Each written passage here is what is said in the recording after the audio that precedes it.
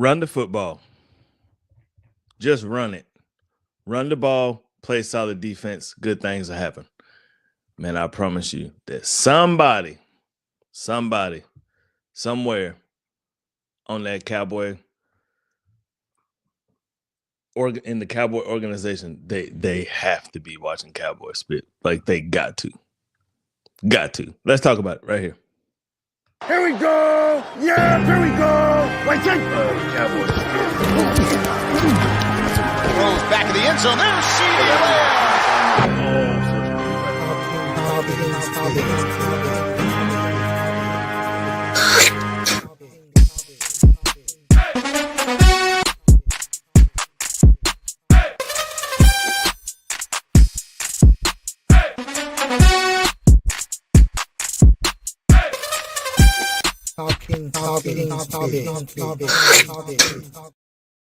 What's going on, everybody? Cowboys C3. Cowboys win 30-14 in Carolina.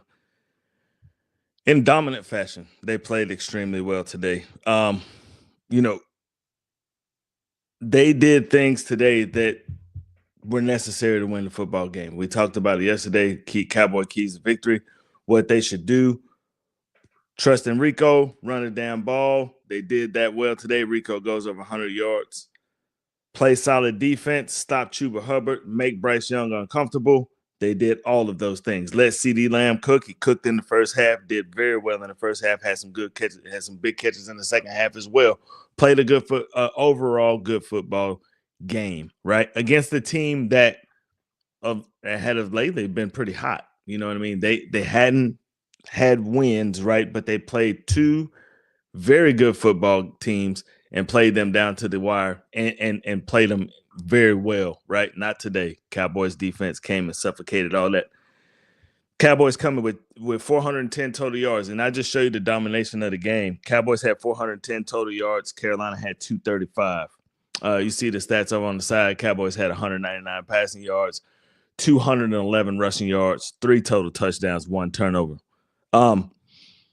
Carolina had 175 passing yards, 60 rushing yards, held Chuba Hubbard to 30 yards rushing, 2 touchdowns, and they also have 4 turnovers. But there are some things inside of the stats that make it that kind of show you the picture of the game today and how Cowboys dominated it. Cowboys are averaging 5.9 yards per play to Carolina's 4.7. Cowboys had 25 first downs to Carolina's 15. Third down efficiency, the Cowboys are at 50%, 6 of 12. Carolina was 3 of 11. Carolina was 1 of 1 on fourth down. 70 total plays for the Cowboys, 50 plays for Carolina. 6 total sacks for the Cowboys, 1 sack today for Carolina. And, 14 penalties today for the Cowboys. Didn't really clean up the penalty thing. 99 yards. And it was, they had some penalties at the end of the game. And it was kind of one of those things where, you got the game won. You're just trying to you're trying to dominate. You're trying to hold them to 7 points, which would have been nice. But Bryce Young kind of scooted away from him there at the end and got him that last touchdown to give him 14 points. And time of possession, the Cowboys held the ball for 33 minutes and 43 seconds, 26 minutes and 17 seconds for Carolina. Individual player stats today for the Cowboys: Cooper Rush, who did not play well in the first half. It lost the fumble right there at the end. That should have put the Cowboys up 17-0 at the end of the half, right? Had a costly fumble just on he kind of bumped into Rico Dowdle's leg on a play action, and he dropped the ball. Came out in the second half and really fixed itself. 18 of 29 for 214 yards and 3 touchdowns through a beautiful, beautiful pass to Jalen Brooks in the back of the end zone. That's probably the best play he's had all season. They talked about it on the broadcast today. It was a great play. Here we go. Rico Dowdle, 25 carries, 149 yards. That is your key for the rest of the season. Let Rico run. Rico should have had these carries last week. Had 18 carries last week. Give him 25, 30 carries a game, man, and let him go. Zeke came in, 9 carries for 30 yards. Kevontae Turpin, 2 carries for 27 yards, averaged 13.5 yards a carry. On both carries that he had, he was one person away from breaking a big run. CeeDee Lamb for 9 catches for 116 yards and a touchdown. Brandon Cooks, 3 catches for 34 yards. Jake Ferguson, 2 catches for 23 yards. Jalen Brooks, a catch for 17 yards and a touchdown on a nice play by Cooper Rush. Jalen Tolbert, 1 catch for 11 yards and a touchdown on another nice play. He made a very nice play, got his feet down in the back of the end zone as well, or back in that right corner of the end zone. Him and Jalen Brooks, both catches were in the back right corner of the end zone. Brevin Spann-Ford had a catch for 2 yards. Damian Wilson had 5 total tackles. Michael Parsons had 4 tackles, 2 sacks. He had a hell of a football game. Chauncey Golston, 4 total tackles. Osi Odigizua, who played a dominant football game today, constantly causing pressure, right? 4 total tackles. Maurice Lufau, 6 total tackles. Eric Kendricks, 5 total tackles. All around dominant performance by the defense. Eric Kendricks also had an interception as well on a pick play, and the Warrior had an interception as well, kind of a makeup for last week where he dropped the damn onside kick. For Carolina, Bryce Young, 19 of 28, 219 yards, 1 touchdown, 2 interceptions. Chuba Hubbard, 10 carries for 30 yards, 3.2 yards per carry. Adam Thielen, 5 catches for 51 yards. Jalen Coker had stat wise, it looks good. He had 4 catches for 110 yards and a touchdown. Most of his receiving yards came on the 82-yard touchdown right there on the Cooper Rush, the play after the Cooper Rush fumble at the end of the second half that gave them opportunity. Cowboys lined up for a 70-yard field goal right there at the end of the first half. And that was kind of crazy. Didn't come close. It was and not to say Brandon Aubrey, maybe he's made one in practice. They were pretty comfortable lining up and trying it, but in the conditions, and you could see on the sideline, it was pretty windy. I don't really think he had much of an opportunity to make that, man. But overall, good game by the Cowboys. First quarter started kind of slow. Didn't really do much scoring wise, right? Matter of fact, there was no points at the end of the first quarter. It was 0-0. Second quarter, Cowboys come out, scored 10 points, scored a field goal. It's like a 53-yard field goal. And I'll get you the exact numbers here in a second. 52-yard field goal. CeeDee Lamb caught the 14-yard pass on really what was it looked like a back shoulder throw, right? But it was low. CeeDee Lamb has an excellent way of just contorting his body and making good catches, man. He made an excellent catch on the ball, excellent play on the ball, grabbed the ball for the touchdown. Nice play. Give Cooper Rush some confidence. He had been kind of hitting CeeDee Lamb anyway. CeeDee Lamb already had 3 or 4 catches about that time. And then you had the fumble where they were driving the ball down the field into the red zone, another red zone turnover. Just on a little fake read option, he was going to roll out and hit Ferguson over in the flat. But what he did was he hit Rico Dowdle's hip with the ball, and the ball came out. Tried to jump on it. Carolina defender beat him to the ball. On the very next play, Jalen Coker goes 83 yards for the touchdown. Just blown coverage, right? Got behind the corner, got behind the safety. He was back there wide open. Bryce Young hits him with a good pass, man, and it's off to the races, and they couldn't catch him. Cowboys came out in the third quarter, and you could see that they wanted to get back to the basics. Just run the damn ball, play good defense. Ran the ball, hit Jalen Tolbert on the 11-yard pass on a play-action pass for a touchdown, and then they came back again just 6 minutes later and hit Jalen Tolbert in the back of the end zone, hit Jalen Brooks on the next touchdown to make it 24-7. Then added a field goal, 45-yard field goal to make it 27-7. Bryce Young had the 6-yard run for the touchdown, and then Brandon Aubrey added another 41-yard field goal at the end of the game, man. That sealed it for him. But this game was dominant. It's nice to see him dominate somebody instead of get dominated, right? Played well against the team, like I said, that had been playing well. And you need that type of confidence going into the season, because going into the end of the season, because these next 3 games are tough, right?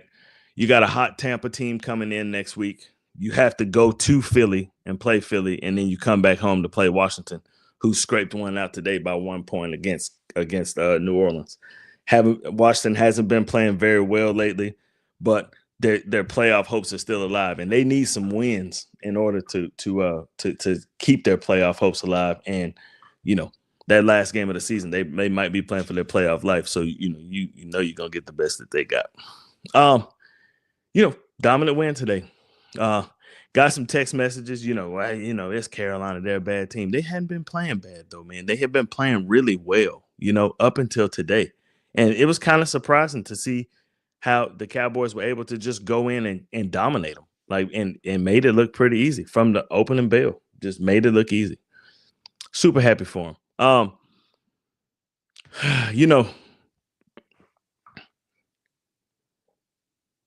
Tyler Guyton got an opportunity to come in at the end of the game. Not really at the end of the game. He got an opportunity to come in the third quarter and played pretty decent. Got a penalty called on him, and I think it was for an illegal formation, if I believe so, and if I remember that correctly, and got pulled out of the game. TJ Bass got hurt. They sent Chumadoga down to the guard and put Tyler Guyton back in at left tackle, and he looked better today. He looked more comfortable. He looked more confident. It was happy. I'm happy to see him play and get an opportunity to play again, even though he's had sort of a rough start to his rookie campaign. I don't think that he's, by any means, I don't think he's going to be a bust. I think he'll be a serviceable player in the NFL. It's just going to be hard for him. He's changing positions. He's long. He's tall. He's got to cut down on the penalties. He got to, it's just fundamental things that he's got to work on in order for him to be successful in this league. But, big guy, strong guy, had some weird things happen to him, right here in the middle of the season.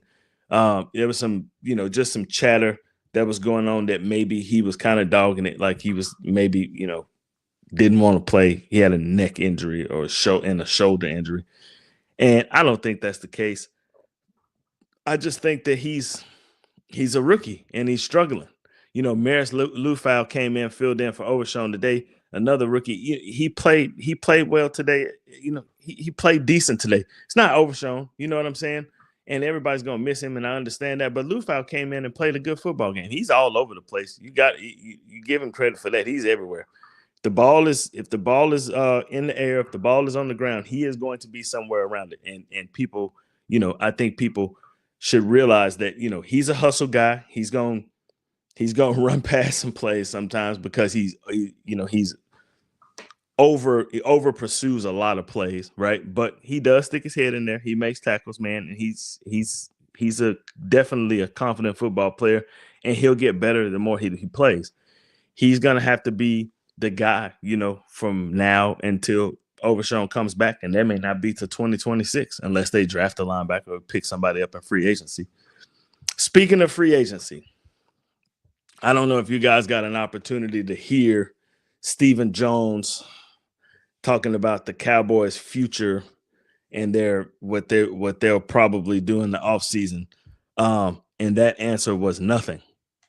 That they are limited on their contracts. They're paying past contracts and they don't have very much money to spend. So don't look for some dramatic free agency thing to happen this year as well.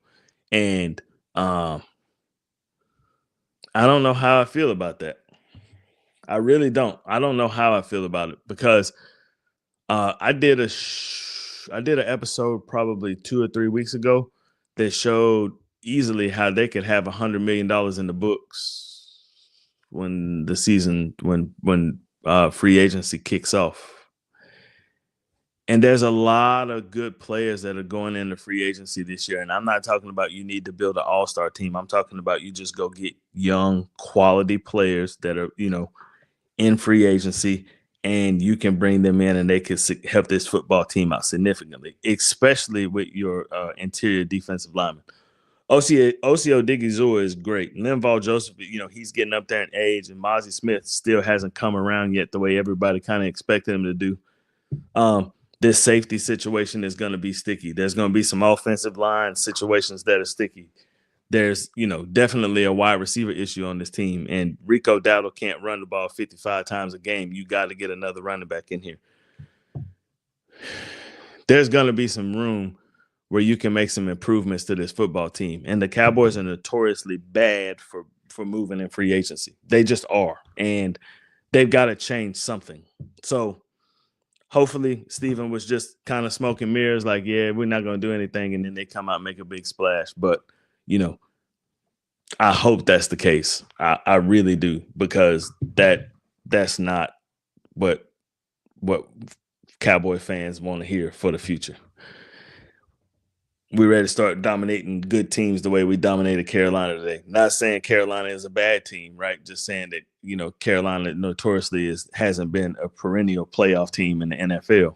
Cowboys, if you think about it, the Cowboys were really supposed to dominate this football game. Don't care how well they played the last 2 weeks. It's Carolina Panthers. You're supposed to dominate them, right?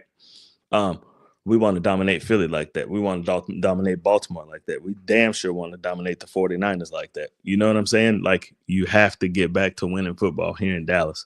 And the easiest way to fix it is in free agency, because those are proven players that you know that can play. College players, you know, some players are dominant in college. They get to the NFL and the game's too big for them. You know what I'm saying? And it's good to draft well, you know, and get quality players in the draft. Don't get me wrong, but there's some proven guys in free agency, some guys that you know can play football and been playing football in this league for a long time, and you need to bring them on your football team. That's all I'm saying. So anyway, I know today you got a great football game going on right now between Philly and Pittsburgh.